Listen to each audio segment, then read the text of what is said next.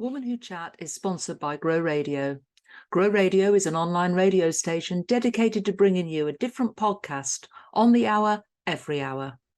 I'm proud that Woman Who Chat is played on Grow Radio every Tuesday at 3 p.m. and Friday at 8 a.m. and to be a part of their podcasting community. If you want to listen to the station, explore their shows, check out many of the blogs to improve your podcasting skills, or get your podcast onto Grow Radio, head over to growradio.uk today. Welcome to Woman Who Chat, and today I'm doing an absolute first.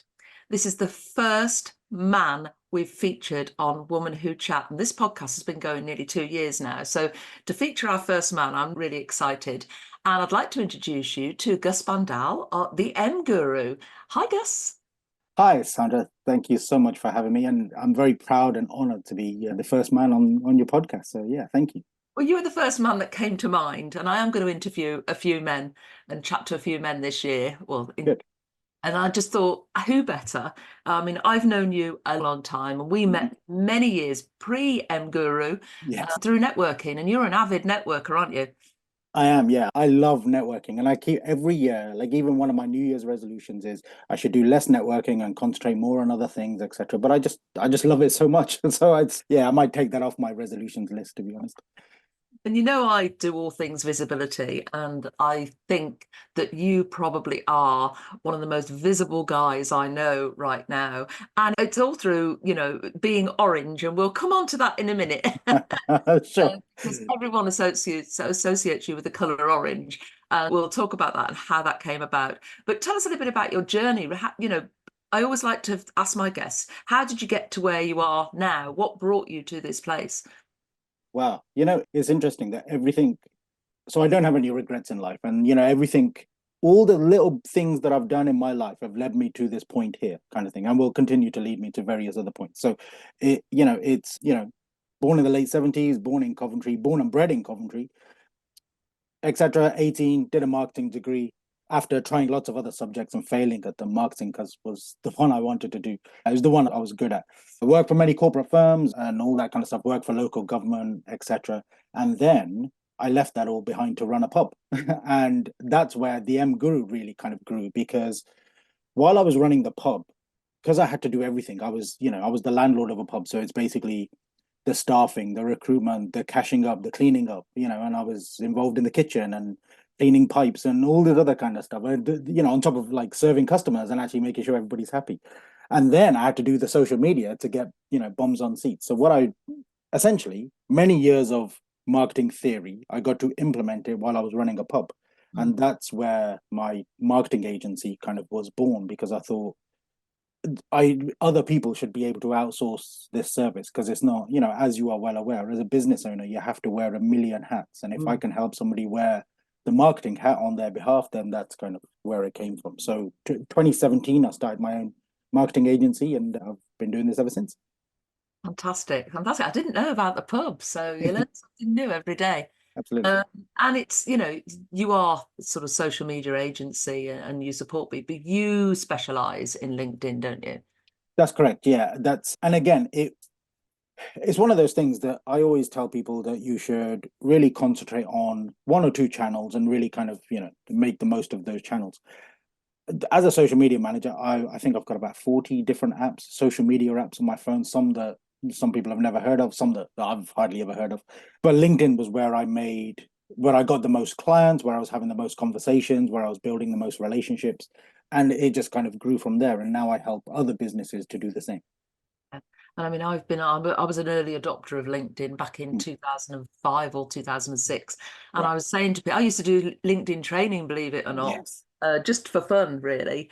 And I was saying to all these business people, this isn't just a CV. This is going to be huge. This is going to be the professionals network. This is where it's all going to happen. Yeah. And so many people were so anti-LinkedIn and frightened of it. And they used it like a CV. They got it all nice and shiny, got their all-star at the time. That was what you got. Yes, yeah. All-star.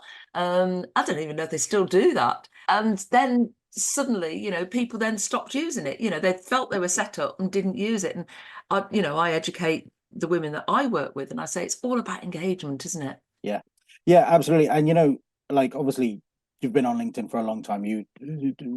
One of the things that I see that you do, Sandra, is that you use it exactly how it should be used in terms of you share your life, you journal your life, you have conversations, you meet people, because ultimately, and I know it's a cliche, but it's a cliche because it's true. People buy from people, you know, and you're absolutely right. I think there are millions of people that use it just as a CV, just like I'm going to post. I'm going to either look for a job or I'm going to hire somebody if I run a company and all that kind of stuff. And that's kind of where it stops. But actually, it's the long-term relationship building which LinkedIn is great for. And I think it's one of the only places where you can really have two-way conversations. Yeah. And one of the other things I talk about a lot is, sharing bits of you. As you say, people buy from people, but you have to give a little bit, don't you? You have to give Yeah. a little bit of you out there, because Mm. I think people are nosy. People like to know things about Yeah. people. And, if you put a personal post on LinkedIn, I know people say this isn't Facebook, but I think it's become, since the pandemic, it's become more acceptable to put personal posts on. Mm. Far more engagement than the business posts, because people just like them. They like Yeah. that stuff.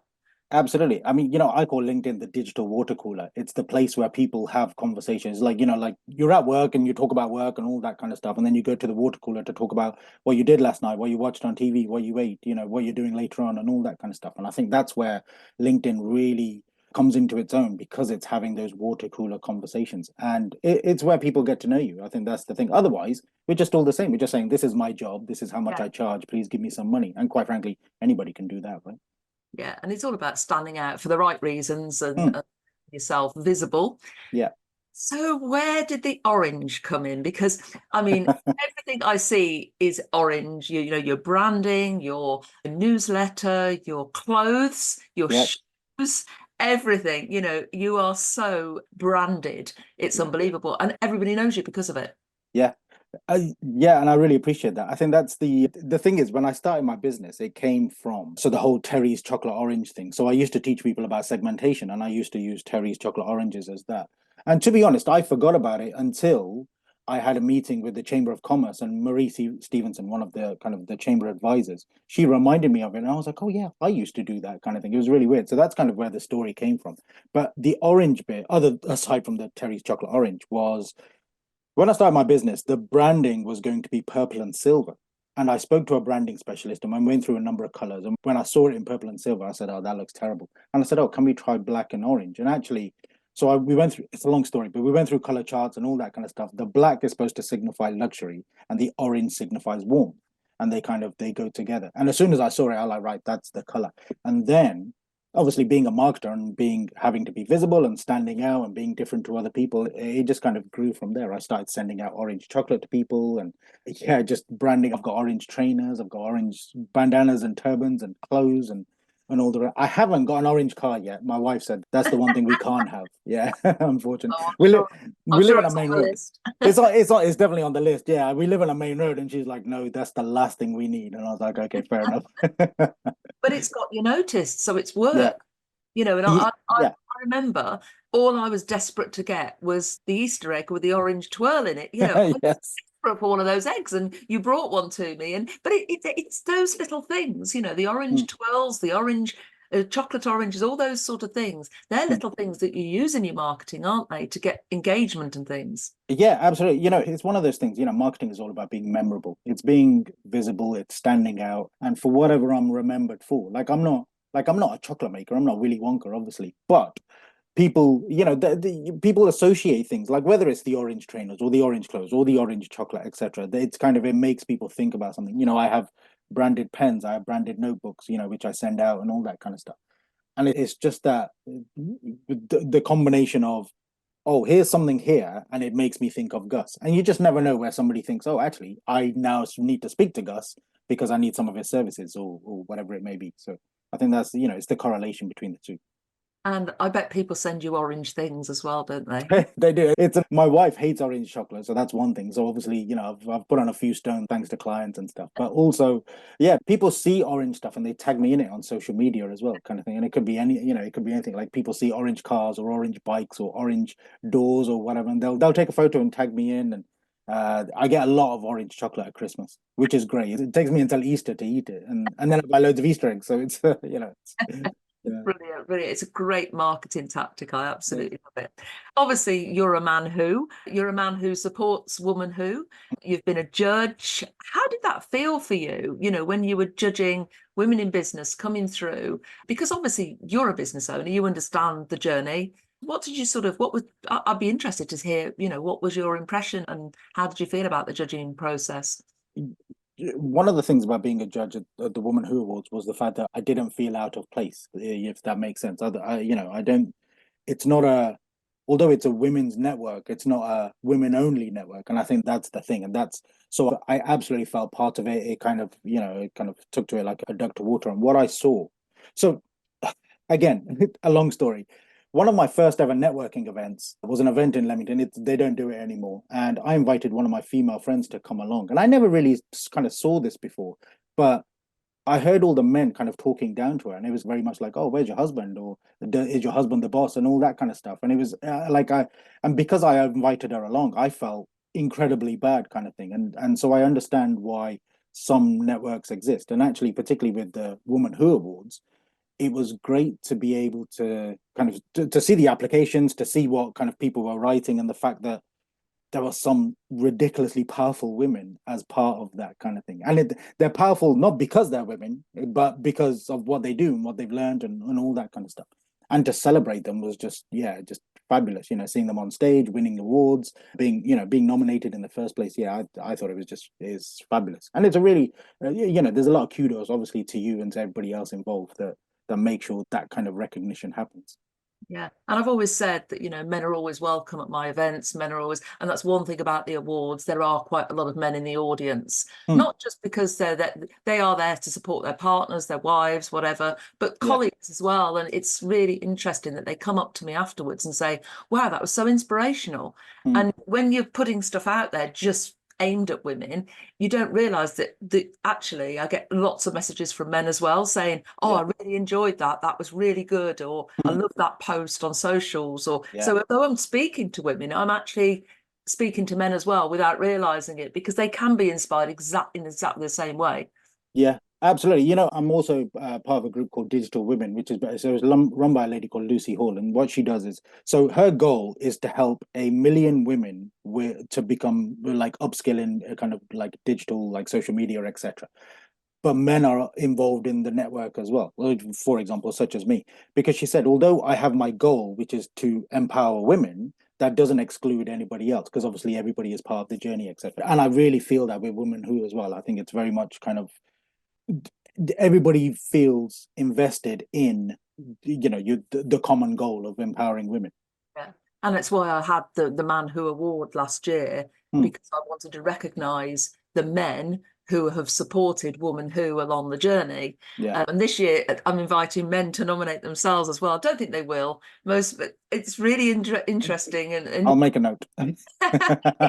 Yeah, you're nominating yourself. And it's about, there's lots of men out there who support women. I couldn't run my awards and my events without my suppliers, and they're predominantly men, because I work well with them. And we've got I've worked with them for my AV, my photography, all those things. I've got some great male suppliers, and they're part of my network as well. So I absolutely love that. I'm going to throw something out there. So we had the odd conversation on LinkedIn and things like that. And you put out a while ago that you wanted to speak at more places. And I do my speaker boot camps and things. And it's interesting, because one of the things I was saying to the ladies, if you don't put it out there that you want to speak, nobody will know. Don't expect it just to happen. And you did. You put it out there. You said, I want to speak in more places. And you have this year, haven't you? You've spoken a lot on a lot of stages. So was that in response to you putting it out there, or have you actively worked to make that happen? For me, it was a combination, because I think the very first big event that I spoke at was the FSB Business Bootcamp, thanks to you. Like, you asked me and you said, could you speak? And it was the event in 2022. And that was, up until that point, I had been speaking at local networking events, to 10, 15, 20 people, etc. And that was 300 people. And you said, would you like to speak? And then you put me on last kind of thing, which was great. So I was closing the event as well. And it was really, and then you said, oh, no slides. So then I was like, oh, now, yeah. So I was like, oh, no. But it was, and the thing is, that really kind of lit a fire in me in terms of because so many people spoke to me afterwards. They came up to me and they were asking me questions and they wanted support with their marketing and social media and LinkedIn. And it was that, and I was like, well, I should be able to impart my knowledge to more people. So then, obviously, manifestation is nothing without action. So as much as I manifest, I want to speak on stages. You have to tell people. So then I started telling people. I was like, oh, if you know anybody who wants a speaker and all that kind of stuff. And because I started writing content about it on LinkedIn, I started getting more opportunities. And this year in particular. So for example, my word of the year for 2023 was amplify, because I really wanted to amplify myself. And this year I've spoken at, for example, the biggest social media event in the UK. I spoke at the National Help to Grow conference. I'm also speaking at the FSB Business Bootcamp. So for some reason, you've asked me back. So I'll be doing that next year. And it's just, again, it's that taking action of just saying, this is me, this is what I can talk about, this is what I want to deliver to, I want to impart my knowledge. And I think that's also the other thing, wanting to impart your knowledge, as opposed to just saying, I love the sound of my own voice, please give me some adulation. It's actually being able to deliver something and wanting to deliver that. Yeah, and it's, I'd say to my people that come on my boot camps, I say, basically, you either want to impart your knowledge, educate your audience, or you want to inspire or motivate your audience, or a combination of both. It's not just standing up and telling your story, it's making people go away and take action to do something. When I speak to an audience, I want at least one person in that audience to go away and do something as a result of something I've shared. And I think, if you've got the power to do that, it's a great thing. And I did see your cheeky post the other day about speaking in Vegas. Is that on the list? Yes. Is that on the list for 2024? Yes, well, maybe not 2024, but I hope so. I mean, if somebody's willing to pay for me to go to Vegas, but I think it's finding the right events. And obviously, I mean, I love Vegas. I think it's one of the greatest places in the world. If I could speak on a stage there, it would be great. But and although that post was slightly tongue in cheek, it's actually about speaking on bigger stages and and again, educating, motivating, kind of being, hopefully, get people to implement something that I've taught them, and wherever that may be, whether it's in Las Vegas or Lancashire, it doesn't matter. I'm happy to deliver those talks to the right audience. Well, I did say, I've always wanted to speak in America too. And if we don't get invited, we'll just make it happen. Absolutely, let's do it. Create our own Vegas event, wherever that may be. It'll have to be on the strip somewhere. But I'm thinking Caesar's Palace, maybe, so yeah. Think big and then think bigger. Yeah. Absolutely, exactly. Yeah, we'll just fly in by helicopter. Yeah, perfect. Yeah. Absolutely. Oh dear. Anyway, so what's on the horizon, Gus? I mean, obviously you've said you amplify was your word for 2023. Have you picked your word for 2024 yet? I have, but I don't like it. So I'm still thinking about it. But the word I've picked is focus. And that's because, so this year, my business has grown thanks to a lot of speaking gigs, thanks to being amplified. I've got my email marketing, I kind of a lot of prowess on LinkedIn, I'm posting a lot, I'm getting a larger audience, etc. And I think 2024 is the year where I kind of consolidate a lot of that. So it's particularly kind of focusing on the things that I'm good at and the things that my ideal clients and the people around me need me to teach them, rather than be everything. Like when I started my business 6 years ago, I was like all things to all men. I basically did social media management, social media training, SEO, graphic design, website build, and all this kind of stuff. And I don't do, to be honest, most of that stuff I don't do anymore. So it's the year of focusing and finding those clients that need exactly what I deliver, which is LinkedIn training. And it's about niching down, isn't it? I think once you niche, once you really hone down on what you actually deliver, you become known for that and you become the expert in that. And you're doing something and you're passionate about it and it's in your zone of genius, you've cracked it, really. Yeah, absolutely. I think that's exactly zone of genius is a great phrase, because I think that's exactly what it is. I think too many business owners try to be all things to all men and try to deliver everything and just say yes. It's the old Richard Branson line, say yes and work it out later. And that's great. But if you can't work it out, then you've let people down. So I think that's the other thing. Say yes to the things that you're really good at, because that's what you get known for. And, it's all, LinkedIn is all about word of mouth referrals, right? People talk to other people and say, oh, you should use Gus for this, or you should use Gus for that, etc. So I think that's the focus for me. You are not the only LinkedIn expert out there. There's other LinkedIn experts out there, but you don't see them as competition. You're actually working with some of them as well, aren't you? I am, yeah. So, I could name quite a few, but I work with alongside a lot of LinkedIn trainers, LinkedIn experts, etc. Because we all learn from each other. And I think that's the other thing. I mean, John Espirian is the one that I think we'd name, because he and I are actually co-organizing, along with a gentleman called Jeremy Freeman, we're co-organizing the UK's first LinkedIn conference next March as well. And it's that we're bringing lots of LinkedIn specialists from around the world. There's lots of people in the UK that are coming to obviously to listen to them, but we all learn from each other. I think that's the thing. Once you work in a silo or try working by yourself, or just kind of thinking everybody else is competition, etc., you don't, personally, I don't really think you get that far. It's the classic case of, if you want to go far, work with other people kind of thing. That's not the exact phrase, but you know what I mean. It's collaboration over competition, isn't it? I mean, I'm Absolutely. joining forces with 3 other women in business networks Mm. to deliver the great Women in Business meetup, Yeah. March for International Women's Day. Mm. We decided we all run women in business networks, but they complement each other rather than compete. So we said, why not put on an event together? And I think that's great that you're doing the LinkedIn conference, because I think, it brings all that expertise under one roof. Yeah. And the audience are going to get so much more from that, rather than one person saying, I don't want them because I'm in competition with them. And I think it's a different way of looking at things. Absolutely. Even on LinkedIn, like I teach people organic LinkedIn. I do like content strategy. I teach people how to use Sales Navigator, etc. But stuff that I don't do is like career mode or recruitment mode or LinkedIn ads yet. Whereas other people are the experts. So even on one singular platform, I can't say that I know 100% of that platform. And that's where I would bring other people in. So people, and again, it's about that collaboration to make sure that the client gets what they need. Same with the conference, same with like the LinkedIn conference, same with obviously the show that you're doing with the other 3 ladies. I think it's all about collaboration for the good of the people that are attending, for the good of the audience, for the good of, to support others, basically. Yeah. Well, it sounds as if you've got exciting times ahead. You've already got that conference scheduled in March, and you've got other things on the horizon. Who knows, Las Vegas may drop into your lap as well. Well, I hope so. Yeah. But it's been absolutely fantastic speaking to you. I will drop all your links in the show notes so people can get in touch with you. Thank you so much. But I see on if you're watching this on the screen, we've got @mguru UK. Is that your social media? How people can find you? That's my handle. Yeah, that's my suffix on everywhere: LinkedIn, Instagram, Facebook, Twitter. Maybe not so much Twitter. Forget Twitter for now. But yeah, find me on LinkedIn. That's my suffix. mguru UK. Yeah. Guru UK. That's great. Well, today I've been speaking to Gus Bhandal of Guru UK. Thank you. Thank you so much. Thank you so much, Sandra.